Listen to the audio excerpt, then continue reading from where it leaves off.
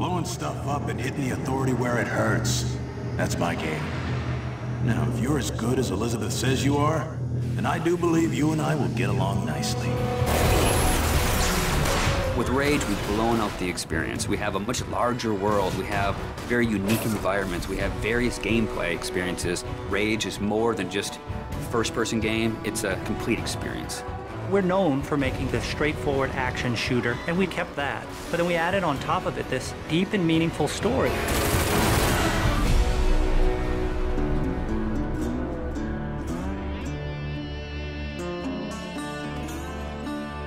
So the story of Rage, we had the setting, we knew we wanted to have it on Earth, then we had to decide how we would destroy the planet. And we actually found that there's a real asteroid, which is called Apophis, which will pass by the planet around 2036.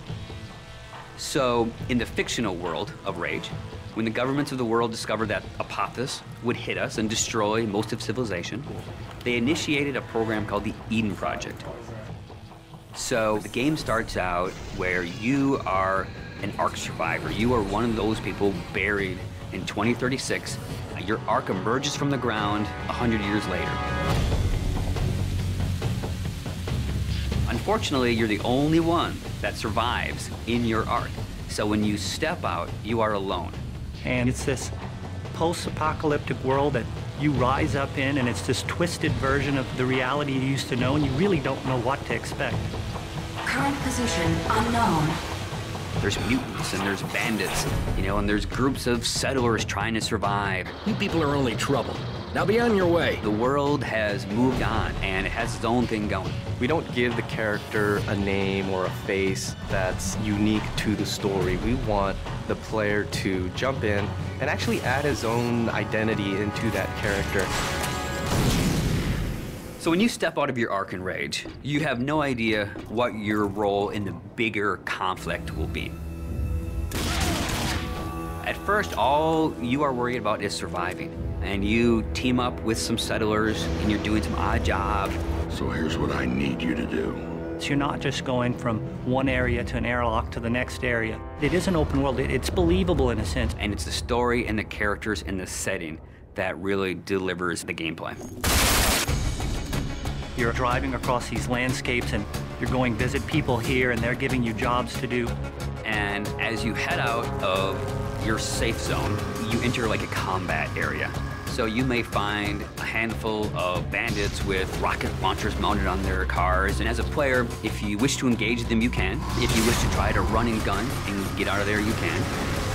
Then the story starts unfolding, and you realize that these warring bandit clans, they all occupy a certain area of the wasteland. They own it. They'll attack you if you go in there and you don't look right. Then the same thing with the towns. If they don't know you, they're going to treat you like an outcast.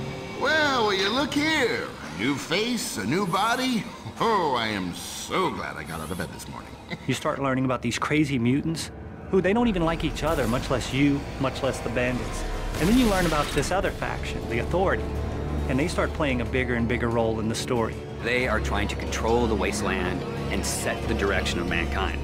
That's the truth. And that's what people need to know. So there's a small group of people called the Resistance that are fighting against the Authority.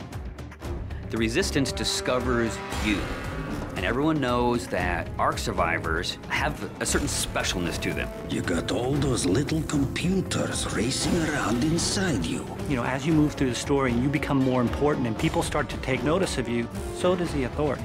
As you, the player, get your weapons and start interacting with the characters and start fighting all the bad guys in the world, you understand what your role is in the world. So, you're the new team member.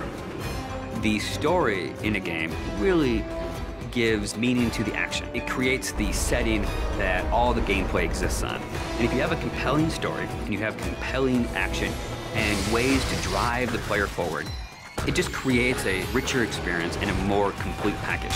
But it's always about, again, something new around every corner, and you really have to stay on your toes in the wasteland.